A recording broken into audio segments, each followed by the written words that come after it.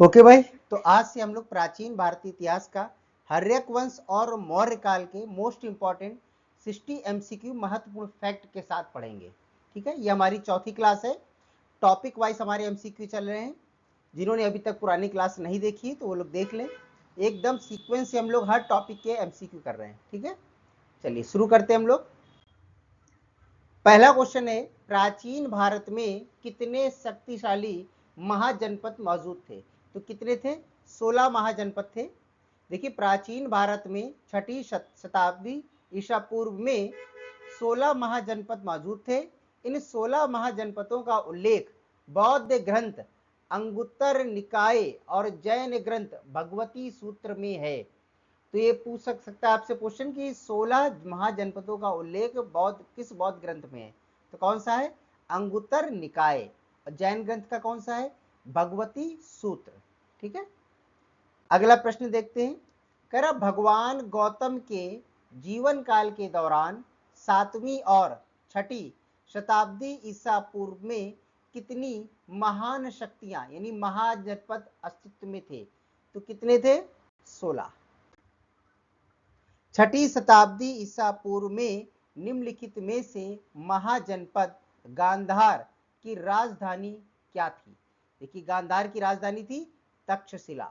Okay, देखिए, छठी शताब्दी ईसा पूर्व में महाजनपद गांधार की राजधानी थी तक्षशिला, जबकि सूरसेन महाजनपद की राजधानी थी मथुरा। मथुरा किसकी थी? सूरसेन की। और काशी महाजनपद की राजधानी क्या थी? वाराणसी। ओके, तो वाराणसी हो गई काशी की, सूरसेन की मथुरा और गांधार की तक्षशिला।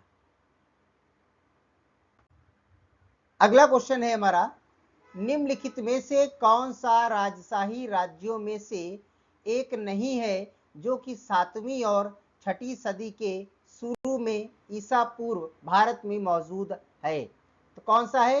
वैशाली। अगला प्रश्न है, हर्यक वंश से मगध के पहले शासक कौन थे? ठीक है, मगध का पहले शासक हर्यक वंश से कौन थे? तो थे बिंबिसार। कौन था? बिंबिसार। देखिए, हर्यक वंश से मगध के पहले शासक थे बिंबिसार।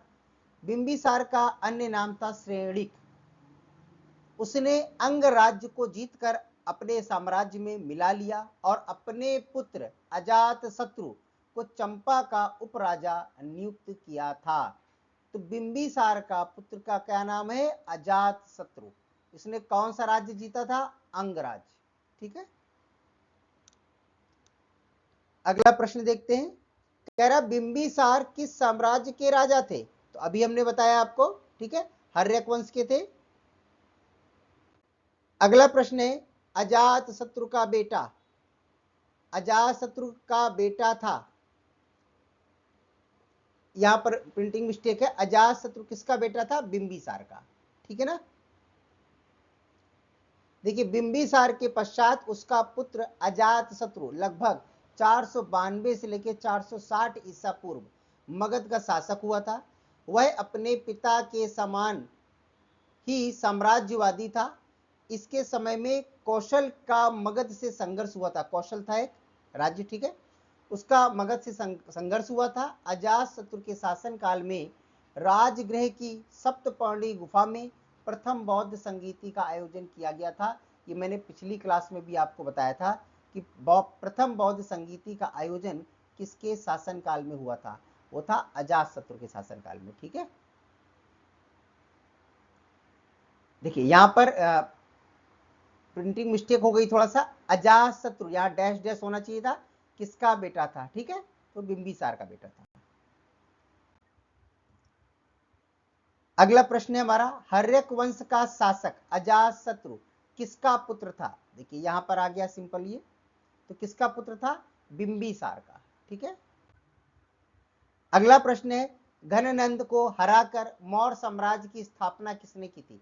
तो घननंद को किसने हराया था?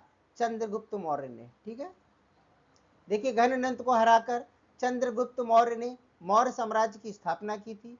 वह भारत का प्रथम ऐतिहासिक सम्राट था जिसने बृहत्तर भारत पर अपना साम्राज्य स्थापित किया था। मतलब बहुत बड़े भारत पर, एकदम ये समझ लीजिए, इसकी सीमा बहुत ज्यादा हो गई थी। ठीक है, आज के अफगानिस्तान तक चला गया था ये।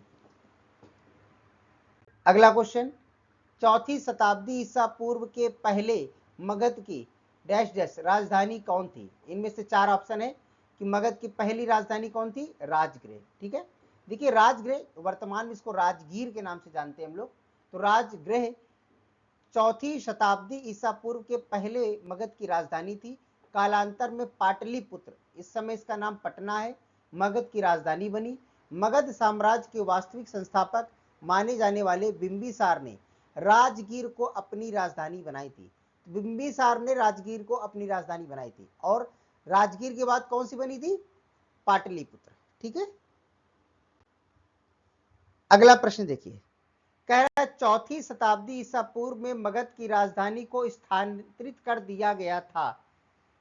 तो मगध की राजधानी ट्रांसफर की गई थी, कौन सी थी? पाटलिपुत्र, बताया था हमने। चलिए अगला क्वेश्चन है, निम्न में से कौन सा प्राचीन भारत का पहला साम्राज्य है जिसमें युद्ध के लिए बड़े पैमाने पर हाथियों का उपयोग किया गया था? तो कौन सा ऐसा था राज्य? वो था मगध।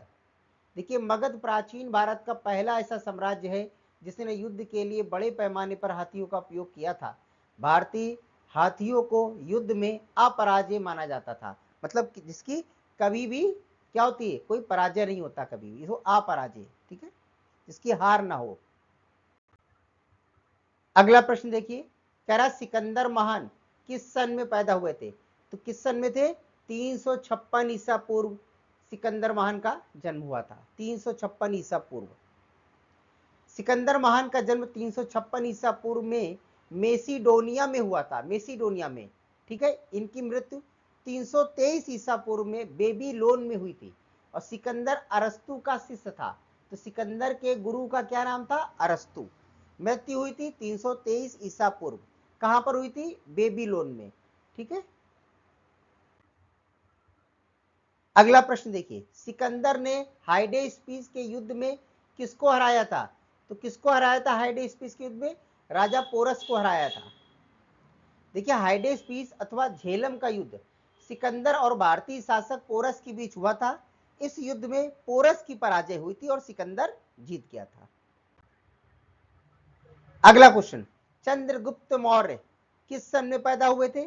तो चंद्रगुप्त मौर्य 340 ईसा पूर्व पैदा हुए थे। ठीक है, इनका जन्म हुआ था। देखिए चंद्रगुप्त मौर्य का जन्म लगभग 340 ईसा पूर्व में हुआ था। वह मौर्य वंश का संस्थापक था। उसने 322 ईसा पूर्व से 298 ईसा पूर्व तक शासन किया था। पाटलिपुत्र मौर्य साम्राज्य की राजधानी थी। तो मौर्य साम्राज्य की राजधानी पाटलिपुत्र थी। अगला प्रश्न, चंद्रगुप्त ने किसके खिलाफ विद्रोह का नेतृत्व किया और उन्हें पराजित कर दिया था? तो किसके खिलाफ था?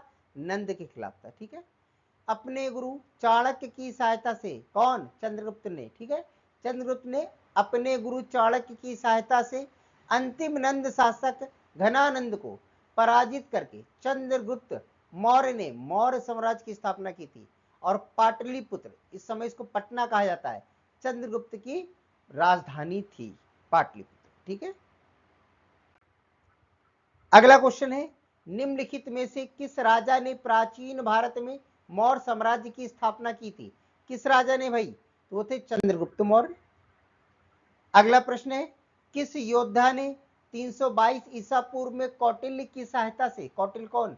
ठीक है, चाणक्य, कौटिल्य की सहायता से अंतिम नंद शासक घनानंद को पराजित किया था? तो कौन थे वो? चंद्रगुप्त मौर्य।